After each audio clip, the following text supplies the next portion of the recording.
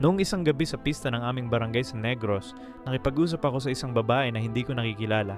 Maputi siya ng labis, hindi yung maputi na karaniwan. Yung maputi na parang hindi siya kailaman nalantad sa araw, matangkad. Maganda nang hindi mo kayang ilarawan kung bakit. Nagsimula kaming mag-usap tungkol sa pagkain, tapos sa musika, tapos sa, ewan ko na, masaya lang.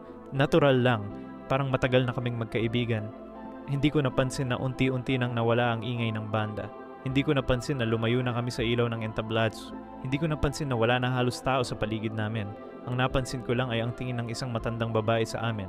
Takot ang nasa mukha niya. Tinaas niya ang kamay niya at nag-cruise. Lumingon ako sa babae na kausap ko. Ngumiti siya. Pagbalik ko sa grupo, tinanong ko kung sino siya. Walang nakakilala. Walang nakakita sa kanya. Kahit isa. At saka ko lang naalala na hindi siya kumain. Buong gabi. Kahit isang subo.